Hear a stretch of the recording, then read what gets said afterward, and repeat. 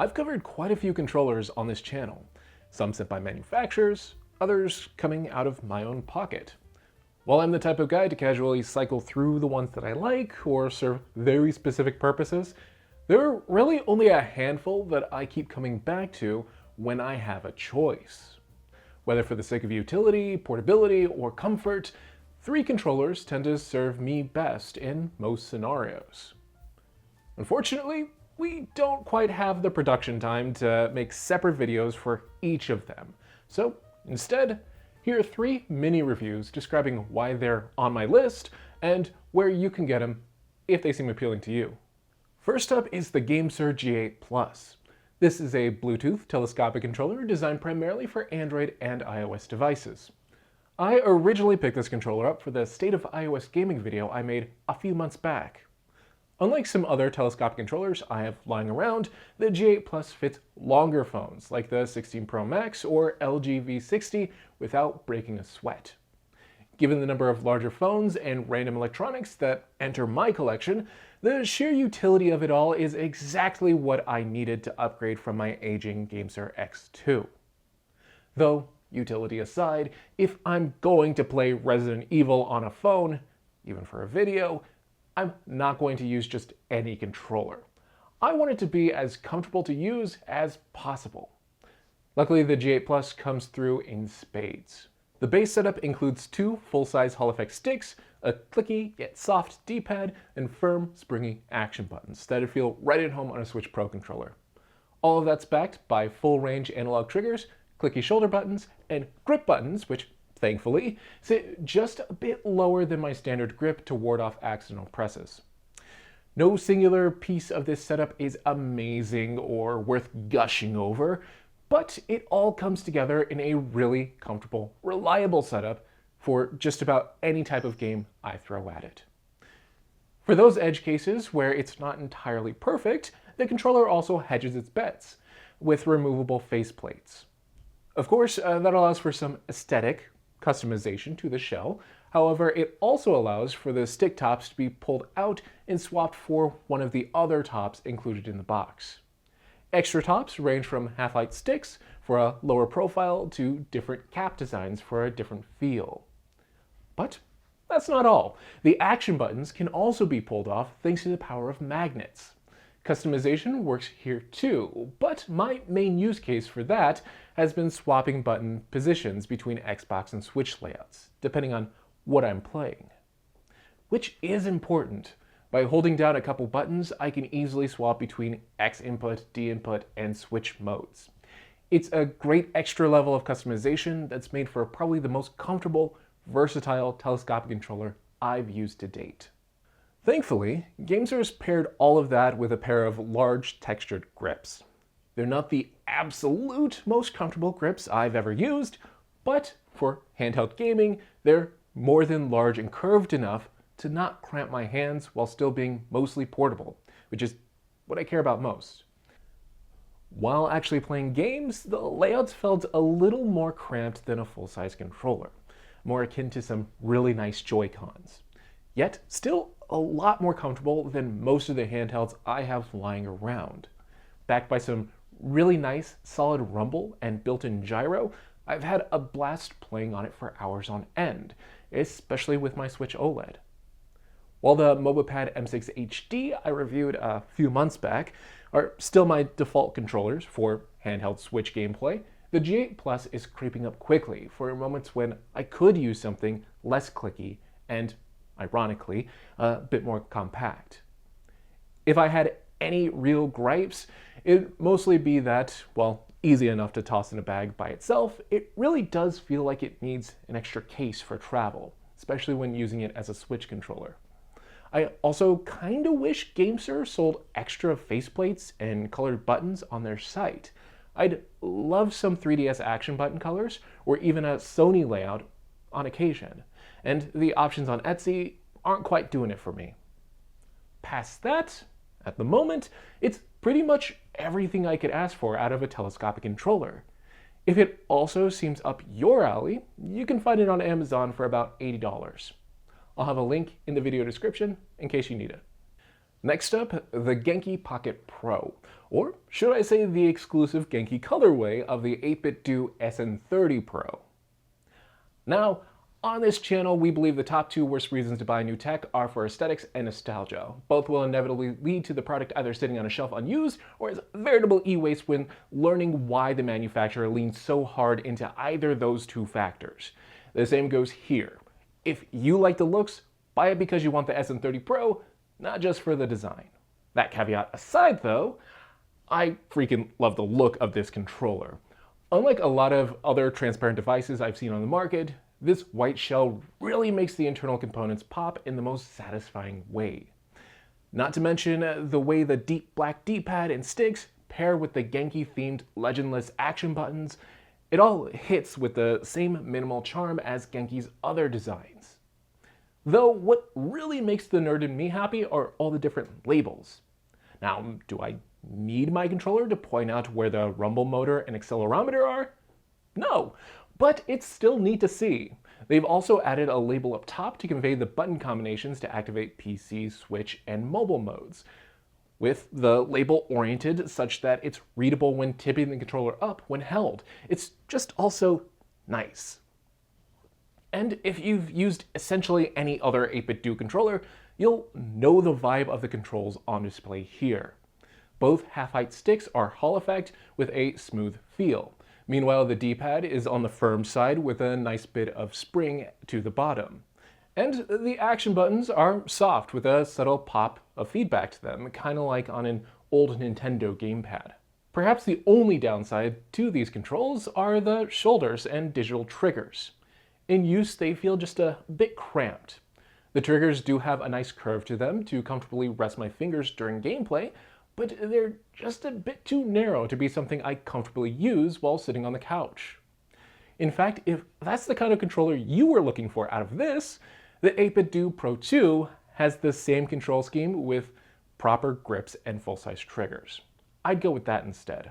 Fortunately, that's not what I was looking for when I bought this controller. Rather, I wanted something lower profile that I could easily shove in a bag without it taking up a ton of room. For the past few years, that role's been occupied by the 8BitDo N30 Pro. Admittedly, that controller's still about half the height, but the SN30 Pro is more comfortable for actual gameplay.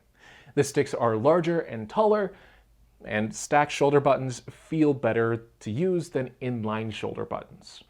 Plus, the buttons feel all around a bit more polished. As a travel controller, it kind of just ticks off all the boxes I wanted for an upgrade.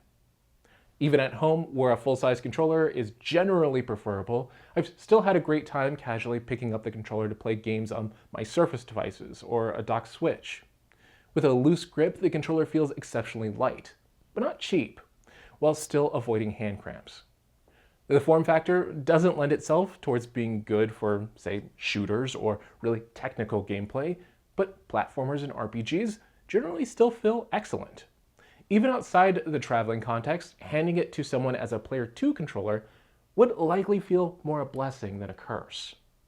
If you're interested in picking one of these up for yourself, you can find it on Genki's website for about $50.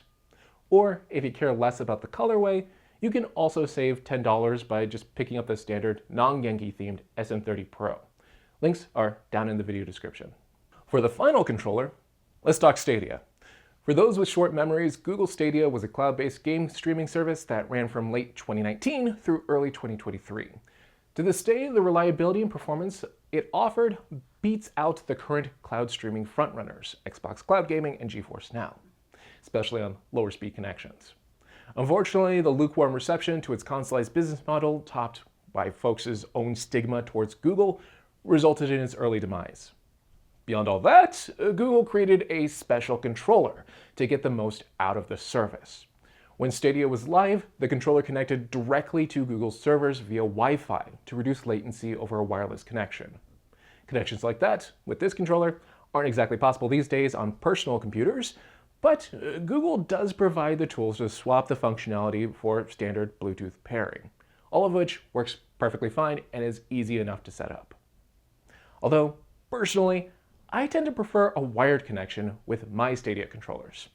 It's one of those controllers that I always keep on the side of my desk to plug in anytime I need to test an emulator with very little setup. While I could also do that with any one of the other many controllers I have lying around, the Stadia controller tends to just be better because it's so damn comfortable to use. The overall shape of the controller feels so radically different from just about any other controller in my collection, except maybe the Horipad for Steam. The grips have a dramatic teardrop shape to them that conforms well to my hands and lends toward me gripping the stems in a way that feels so natural that I wish all controllers were formed this way. Of course, on most controllers, it'd probably be uncomfortable to hold it like that for too long, generally due to many controllers tending to balance their weight more toward the front or middle. Here, all of the weight is at the bottom of the grips. That naturally allows the controller to sit back in my palms and raise the top section in a way that provides just the right angle. Combined with some really nice rumble motors and really smooth analog triggers, and it's one of those controllers that's just nice to hold for long periods of time. The controls themselves are no slouch either. Like I mentioned before, the triggers are full-sized and analog, with wide, subtly contoured pads that make them really nice to pull back. On the controller's face is a really clicky, lower profile D-pad. I could honestly use a bit more travel to this pad, but it's easy to press and the directions feel extra confident with each click. Meanwhile, the action buttons are much more subtle. They come with a softer touch that feels fairly similar to a DualSense controller. As a controller that launched in 2019, the lack of Hall effect sticks here aren't surprising, but they're not actually needed anyway. Both sticks feel exceptionally smooth and responsive. If you're someone used to an Xbox Series or DualSense controller sticks, you'll find the feel here very similar.